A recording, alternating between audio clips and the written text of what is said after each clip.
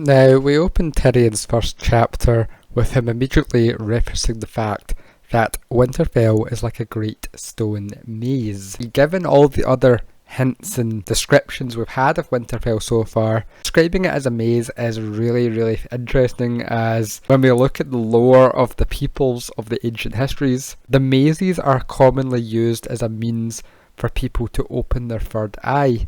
And given that Winterfell does appear to have strong connections to the Children of the Forest, who we see have the ability to allow people to open their third eye, it makes sense that this is again another hint by George as to the true purpose behind Winterfell. Tyrion is in the Winterfell library and hears Bran's wolf howling because Bran is currently in a coma. And we find that Tyrion is reading a book on the changing of the seasons by a maester that existed 100 years ago. And we find that he is here with Shale, who is the Septon, and he is asleep while reading a book on the life of Grand Maester Aethelmuir. And it's interesting here as Aethelmuir is noted to be a Grand Maester and so served a king at some point during the reign of the Targaryens. Yet we don't ever get any information on him as far as I can see anywhere, so it's curious to see where he actually places in the timeline because his name crops up again in future.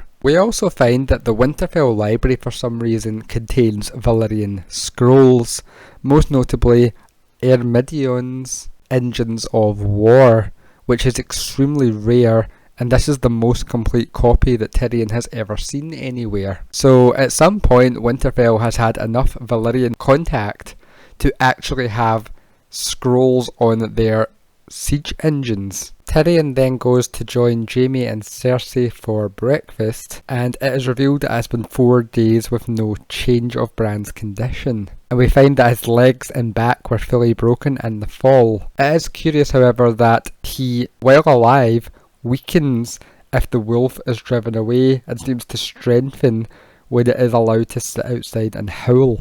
And he has only been sustained in this condition by being fed water and honey. We also get note in this chapter that Cersei mentions that she considers the wolves unnatural and something unnerves her about them, and she doesn't want them coming south with them. And it's possible here that Cersei can sense that the Children of the Forest are using them as spies, as most people seem to have this uncanny valley effect when near one of these possessed creatures. Now Tyrion seems to imply that he knows that Jaime and Cersei were somehow involved in what happened to Bran based on their expressions when he mentions certain details to them. And we find that Jaime notes in this chapter that to kill Bran at this point would be a mercy than allowing him to live in this crippled condition.